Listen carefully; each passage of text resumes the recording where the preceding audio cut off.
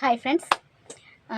இன்றைக்கி இந்த வீடியோவில் நம்ம என்ன பார்க்க போகிறோம் அப்படின்னா, ஒவ்வொருத்தரும் ஒவ்வொரு விதமாக வீட்டுக்குள்ள திங்ஸ் எல்லாம் நம்ம வாங்குவோம். முக்கியமாக நமக்கு வந்து வீட்டு ஜாமான்கள்லாம் ஒரு குறிப்பிட்ட அமௌண்ட் போகும். நம்ம என்னதான் சம்பாரித்தாலும், எவ்வளோ சேமித்தாலும், செலவு பண்ணாலும், நம்ம வீட்டுக்கு தேவையான விஷயங்கள் ஃபுல்லாக நம்ம வாங்குறதுல நமக்கு ஒரு குறிப்பிட்ட அமௌண்ட் போகும். அதை நான் எப்படியெல்லாம் எந்தெந்த விஷயத்தையெல்லாம் ஃபாலோ பண்ணி நான் வாங்குவேன் அப்படிங்கிறத தான் உங்ககிட்ட ஷேர் பண்ணலான்னு இருக்கேன். நிறைய ஃப்ரெண்ட்ஸ் இந்த மாதிரி தான் வாங்குவீங்க, இல்லை இதை விட சூப்பராக டெக்னிக்கலாகவும் வாங்குவீங்க. எனக்கு தெரிஞ்ச விஷயத்த நான் இவ்வளோ நாள் ஃபாலோ பண்ணுற விஷயத்த உங்ககிட்ட ஷேர் பண்ணுறேன். இதில் ஏதாவது குறைகள் இருந்தாலோ, இல்லை சின்னதாக தவறுகள் இருந்தாலோ, இல்லை உங்களுக்கு ஏதாவது தெரிஞ்ச ஐடியாவோ டிப்ஸோ இருந்தாலோ எனக்கும் அதை ஷேர் பண்ணுங்கள், நானும் தெரிஞ்சுக்கலாம் அப்படின்னு இருக்கேன். நான் எப்படி காய்கறி எல்லாம் வாங்குவேன், அடுத்து வீட்டுக்குள்ளே மளிகை ஜாமான்லாம் எப்படி வாங்குவேன் அப்படிங்கிறத பேசிக்காக நிறைய விஷயம் சொல்லாட்டாலும் நம்ம ரெகுலராக யூஸ் பண்ணுற ஒரு சில விஷயங்கள் இருக்கும்ல, அதை தான் உங்ககிட்ட நான் ஷேர் பண்ணலான்னு இருக்கேன். சரி வாங்க வீடியோக்குள்ளே போகலாம். அதுக்கு முன்னாடி நம்ம சேனல் பிடிச்சிருக்கு அப்படின்னா சப்ஸ்கிரைப் பண்ணாத ஃப்ரெண்ட்ஸ் சப்ஸ்கிரைப் பண்ணிவிட்டு பக்கத்தில் இருக்கிற பெல் பட்டனை கிளிக் பண்ணிவிட்டு ஆளுங்கிற ஆப்ஷன் வரும், அதையும் கிளிக் பண்ணிவிட்டு வீடியோவை பாருங்கள். இந்த வீடியோ உங்களுக்கு பிடிச்சிருக்கு அப்படின்னா ஒரு லைக் பண்ணுங்கள், அது எனக்கு ஒரு மோட்டிவேட் தர்ற மாதிரி இருக்கும். வாங்க வீடியோக்குள்ளே போகலாம். என்னடா இவ அங்கங்கே கூறு கட்டி வச்சுருக்காளே அப்படின்னு பார்க்க வேணாம். எப்பயுமே நான் சந்தையில் வாங்க மாட்டேன். ஏன்னா சந்தைக்கும் எங்கள் ஊருக்கும் ரொம்ப ரொம்ப தூரம். பஸ் பிடிச்சி தான் போகணும். என்னென்னா பசங்களை ஸ்கூலுக்கு அனுப்பிட்டு அந்த கேப்பில் நம்ம போயிட்டு வரணும், அது ஒரு அலைச்சல் அப்படின்னு நான் எப்பயுமே நினப்பேன். இருக்கிற 2 பேருக்காக சந்தையில் போய் நம்ம நிறைய வாங்கிட்டு வர்ற அளவுக்கு தேவையும் கிடையாது. நான் எப்போ காய்கறி வாங்கினாலும் அந்த வாரத்துக்கு தேவையான விஷயத்த மட்டும்தான் நான் வாங்குவேன். மொத்தமாலாம் நான் வாங்கி வச்சுக்கிற மாட்டேன். ஒரு வாரத்துக்கு நம்ம என்னென்னலாம் சமைப்போம், எப்படியும் வாரத்தில் 2 நாள் நான்வெஜ் சமைக்கிற மாதிரி இருக்கும்.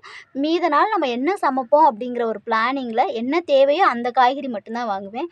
அதுக்கு முன்னாடி பார்த்திங்கன்னா அதே மாதிரி விலையுமே எனக்கு செட் ஆகிற மாதிரி இருந்தால் மட்டும் வாங்குவேன். அதாவது சீசனபிள் ஃப்ரூட்ஸ்ன்னு சொல்லுவாங்கள்ல, சில நேரம் கத்திரிக்காய் ரொம்ப சீப்பாக கிடைக்கும், சில நேரம் பீட்ரூட் ரொம்ப சீப்பாக இருக்கும், ஒரு சில நேரம் கேரட்டு வாங்கவே முடியாது அந்தளவுக்கு ரேட்டாக இருக்கும், ஒரு சில நேரம் ரொம்ப கம்மியாகவும் கிடைக்கும். அந்த மாதிரி அந்த சீசனுக்கு தகுந்த மாதிரி ரேட்டு கம்மியாக எந்த காய் இருக்கோ அந்த மாதிரி தான் நான் எப்போயுமே வாங்குவேன். மேக்ஸிமம் உச்சப்புளியில் எனக்கு தெரிஞ்ச கடையில் எப்பயுமே ஒரே கடை தான். நான் ஏற்கனவே ஒரு வீடியோவில் கூட சொல்லியிருக்கேன், எந்த பொருள் வாங்கினாலும் ஒரே கடையில் நம்ம வாங்கினோம் அப்படின்னா அவங்களுக்கும் நமக்கும் நல்ல பழக்கமும் வந்துடும். ஒரு நேரம் இல்லை ஒரு நேரம் நமக்கு தேவையான விஷயத்த ரொம்பவே சீப்பாகவுமே நமக்கு தருவாங்க. அதே மாதிரி இந்த வண்டிகளில் கொண்டு வர்றாங்கள்ல, அங்கேயுமே நான் வாங்குவேன். அவங்கள்ட்டையுமே நான் ரெகுலராக வாங்குகிற ஒரு வண்டி இருக்கும் தெரிஞ்சவங்க, அந்த வண்டிக்கார அண்ணன்ட்ட தான் நான் வாங்குவேன். அப்படி பார்த்திங்கன்னா தக்காளி ரேட்டு இப்போ ரொம்பவே கூட தான் போல். 1 கிலோ தக்காளி 50 ரூபா. அந்த மாதிரி இது 50 ரூபாய்க்கு வாங்கினேன். மற்ற இந்த காயெல்லாம் வந்து பார்த்திங்கன்னா நம்ப மாட்டீங்க, கேரட் வந்து அரை கிலோ 20 ரூபா அப்படிங்கிற மாதிரி விற்றாங்க. கத்திரிக்காயுமே அரை கிலோ 20 ரூபா தான். பீட்ரூட் பார்த்திங்கன்னா அரை கிலோ 20 ரூபா தான். இதுதான் நான் வாங்கினேன் இப்போதைக்கு. இந்த ஒரு வாரத்துக்கு நமக்கு இது போதும் அப்படிங்கிறதுனால நான் இந்த காய் மட்டும்தான் வாங்கினேன். முட்டைக்கோஸு, பீன்ஸு நிறைய அடுத்தடுத்து நம்ம வாங்கலாம். ஆனால் எனக்கு அது சமைக்கிற பிளானிங் இல்லை. இது ரேட்டு எனக்கு சூட்டபுளாக இருந்துச்சு. அந்த வண்டியில் கூறிக்கிட்டே வருவாங்கள்ல, தக்காளி இவ்வளவு, கேரட்டு இவ்வளவு தான், கத்திரிக்காய் இவ்வளவு அப்படின்னு அந்த ஃபிக்ஸடாக ரேட்டு சொல்லி கூறிட்டு வரும்போது குறைச்சலாக அவங்க என்ன காய்கறிக்கு சொல்கிறாங்களோ அதுக்கு தகுந்த மாதிரி வாங்குவேன். அதுக்காக மற்ற காயெல்லாம் நீங்கள் சமைக்கவே மாட்டிங்களா அப்படின்னு நினைக்க வேணாம், வாங்குவேன். பட் இப்போதைக்கு இந்த 3 வச்சு நம்ம இந்த வாரத்தை நம்ம சமாளிச்சிடலாம், பசங்களுமே இந்த 3 காயுமே சாப்பிடுவாங்க அப்படிங்கிறதுனால மற்ற 2 நாள் வந்து நான்வெஜ் தான் சமைக்க போகிறோம். அதனால் இப்போதைக்கு இது தான் வாங்கியிருக்கேன். ஓவரால் இதோட ரேட்டு அப்படின்னு பார்த்திங்கன்னா 110 ரூபா வந்துச்சு.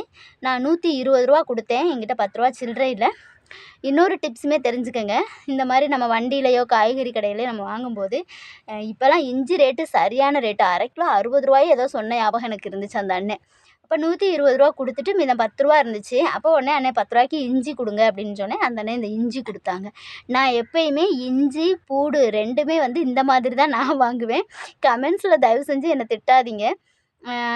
பூடு வாங்கினாலும் அப்படி தான் வாங்கிட்டு ஒரு 10 ரூபா 20 ரூபா இருக்குன்னு வைங்களேன், அதுக்கு தகுந்த மாதிரி தர வேண்டானே, பேலன்ஸ் தர வேணானே, அதுக்கு பதிலாக பூடு போட்டுருங்க அப்படின்னு சொன்னோம்னா அவங்க நல்லா அள்ளி போட்டுருவாங்க. அதே மாதிரி இஞ்சியுமே அப்படி தான்.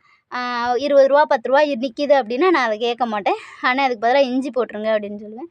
உடனே அந்த அண்ணன் இஞ்சி எடுத்து கொடுத்தாங்க. ரூ. 20 ரூ. 10 இந்த இஞ்சி மொத்தத்தில் ரூ. 120 இந்த காய்கறி ஃபுல்லாக. இப்படி தான் நம்ம இதை வந்து கஞ்ச பிசுனாரித்தனம் அப்படிங்கிறத நீங்கள் நினச்சிக்கிற வேண்டாம். நம்ம சம்பாதிக்கிற காசை எப்படி வேணாலும் செலவு பண்ணிட்டு போகலாம். ஆனால் நம்மக்கிட்ட வர்ற வருமானத்தை யோசித்து நம்ம இந்த மாதிரி நிதானமாக நம்ம தேவையான விஷயத்த மட்டும் நம்ம செலவு பண்ணணும் அப்படின்னா நமக்கு எந்த ஒரு பாதிப்புமே பெருசாக இருக்காது அப்படின்னு நான் எப்போயுமே நினைப்பேன். அடுத்ததான் நம்ம சோப்பு நம்ம எல்லாருமே ரெகுலராக சோப்பு யூஸ் பண்ணுவோம். வீட்டில் 4-5 பேர் இருக்கோம் அப்படின்னா மாதத்துக்கு குறைஞ்சது 2 சோப்பாவது யூஸ் பண்ணுவோம். அந்த சோப்பு பார்த்திங்கன்னா இப்போ மேக்ஸிமம் ஒரு சோப்பு பெரிய சோப்புனா 150 கிராம் இருக்கும். அந்த 150 கிராம் சோப்பு குறைஞ்சது ரூ. 50 இருக்கும். அதே சாம்பிள் சோப்பு விற்கும். அந்த சோப்போட விலை வெறும் ரூ. 10 தான். ஒரு சோப்பு வந்து ஒரு 45 கிராம் வெயிட் தான் இருக்கும். 45 கிராம் வெயிட்டில் உள்ள சோப்பு 3 சோப்பு வாங்கினாலே வெறும் ரூ. 30 தான். கிட்டத்தட்ட 150 கிராம் நெருங்கி வந்துடும்.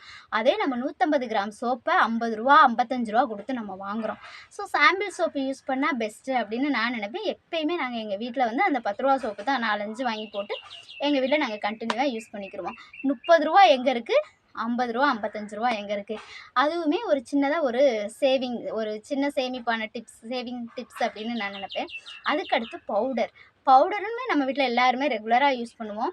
அதெல்லாம் பெருசாக நம்ம யோசிக்கவே மாட்டோம். போனோமா ஒரு பவுடரை வாங்கினோமா வந்துடுவோம். ஆனால் அதுலேயுமே 50 கிராம் பவுட்ரு ரூ. 55 ஆமாம் 55. 100 கிராம் பவுட்ரு ரூ. 110. இதே இது ரூ. 10 அதே இதில் சாம்பிள் பவுடர் இருக்கும். அந்த சாம்பிள் பவுட்ரு பார்த்திங்கன்னா வெறும் 22 கிராம் தான் அந்த சாம்பிள் பவுடரோட வெயிட்டு. 22 கிராமுக்கு கிட்டத்தட்ட எத்தனை பவுட்ரு நம்ம வாங்கலாம்னு நீங்களே யோசிச்சு 10 கிராம் பவுட்ரு வந்து ரூ. 55 வாங்குறதுக்கு 100 கிராம் பவுட்ரு ரூ. 110 வாங்குறதுக்கும் இந்த 22 கிராம் பவுட்ரு 2 பவுட்ரு வாங்கினாலே ரூ. 20 முடிஞ்சிடும். 44 கிராம் பவுட்ரு கிடச்சிரும். ரூ. 20 முடிஞ்சிடும். ஆனால் நம்ம 50 கிராம் பவுட்ரு ரூ. 55 கொடுத்து வாங்குகிறோம். அப்படியே 100 கிராம் பவுட்ருக்குமே கால்குலேட் பண்ணி பாருங்களேன் எவ்வளோ வித்தியாசம் வருதுன்னு. பவுட்ருமே நான் அப்படி தான் ரூ. 10 பவுட்ரு வேக்கூர் பவுட்ருலையுமே கிடைக்கிது, நார்மல் பவுட்ருமே கிடைக்கிது, பசங்களுக்கு தகுந்த மாதிரி கிடைக்கிது. அதையுமே 2-3 நான் வாங்கி எப்போயுமே அப்படி தான் நான் யூஸ் பண்ணுவேன். பெரிய பவுட்ரோ சோப்போ நான் என்றைக்குமே வாங்கி யூஸ் பண்ண மாட்டேன். அதே மாதிரி டீ காஃபி நம்ம குடிக்கிறோம். அதுக்கு நம்ம தேயிலையோ காஃபி தூளோ ஏதோ ஒன்று போடுவோம். அதில் பார்த்திங்கன்னா 50 கிராம் 100 கிராம் அந்த மாதிரி வாங்கினோன்னா கண்டிப்பாக ரேட்டு வித்தியாசம் வரும். நான் எந்த பிராண்டோட நேமுமே சொல்ல விரும்பலை. இப்போ பார்த்திங்கன்னா இப்போ 50 கிராமுக்கு நம்ம ஒரு டீ தூள் வாங்குகிறோன்னு வச்சுக்கோங்களேன். அது ரூ. 45 ரூ. 50 இருக்கும். அதே ரூ. 1 பாக்கெட்டில் ரூ. 1 சரத்தில் விற்கும். வெறும் ரூ. 1 தான் அது. அதோட வெயிட் வெறும் 1.8 கிராம் தான் நினைக்கிறேன். நான் எப்பயுமே அதுதான் யூஸ் பண்ணுவேன். ரூ. 1 தான். கிட்டத்தட்ட ஒரு ரூ. 30 நம்ம 50 கிராம் கிட்ட வாங்கிடுறோம். நம்ம 50 கிராம் தேயிலையவோ டீயவோ ஒரு மொத்தமாக வாங்கினோன்னா அது ரூ. 45 50 வந்துடும். ஆனால் இது வெறும் ரூ. 30 அந்த கிராமுக்குள்ள அளவு நம்ம வாங்கிடலாம். இன்னொன்று அளவு மாறாமல் ஒரு 2 பாக்கெட்டோ 3 பாக்கெட்டோ நம்ம அதை பிச்சு யூஸ் பண்ணுறதுக்கு கரெக்டாக இருக்கும். ஷாம்புக்குமே அதுதான். நம்ம டப்பாவில் வாங்கினா ரொம்ப ரேட்டு வித்தியாசமாக இருக்கும். அதே நீங்கள் ரூ. 1 பாக்கெட்டோ ரூ. 2 பாக்கெட்டோ வாங்கி கம்பேர் பண்ணி பாருங்கள். நம்ம வச்சு யூஸ் பண்ணுறதுமே முன்ன பின்ன கூடும். விலை ரேட் வைஸாக பார்த்தாலுமே இது ரொம்பவே கம்மியாக தான் இருக்கும். நம்ம பாக்கெட்டில் குட்டி குட்டி பாக்கெட்டாக வாங்கினோன்னா டப்பாவில் வாங்கும்போது ரொம்ப அதிகமாக தான் இருக்கும். அதே மாதிரி பசங்களுக்கு அடுத்து வந்து ஏதாவது வந்து ஹெல்த் ட்ரிங்க்ஸ் கலக்கி கொடுப்போம். அது ஹார்லிக்ஸோ பூஸ்டோ காம்ப்ளானோ ஏதோ ஒரு விஷயம் நம்ம கலக்கி கொடுப்போம். அதையுமே வந்து 1/2 கிலோ வாங்குறீங்கன்னு வைங்களேன், ரூ. 245 ரேட்டு. அதே வந்து ரூ. 5 பாக்கெட்டில் வாங்குங்க. வெறும் 25 கிராம் தான் அதோட அந்த பாக்கெட்டோட அளவு. 25 கிராம் பாக்கெட்டு வெறும் ரூ. 5. கிட்டத்தட்ட 20 பாக்கெட்டு நம்ம ரூ. 100 வாங்கிடலாம்.